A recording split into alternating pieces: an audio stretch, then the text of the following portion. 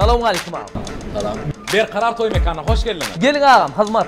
Biz toy edecektik. Gatvo, yürün ağam, Biz geçin. kömek edelim. Toy edecek bolsanız şu yerde sizin mihmanınız oturur.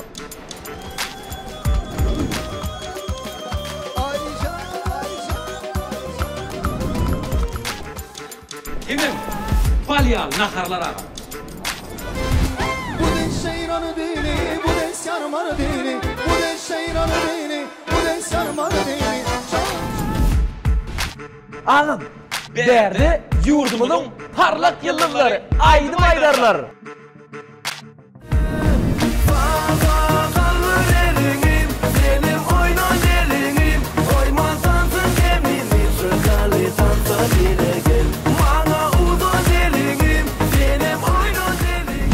Ağam, bulardan başka da Soğutluk, süyücülük tortu, toy portreti,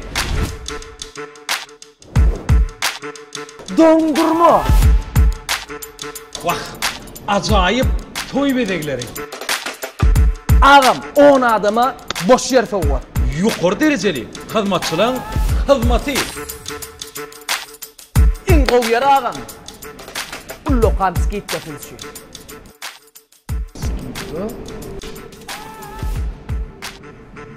Biz toy belli diye. Yürü Yürü. ağam, toyu belli elin. Yer. Ya.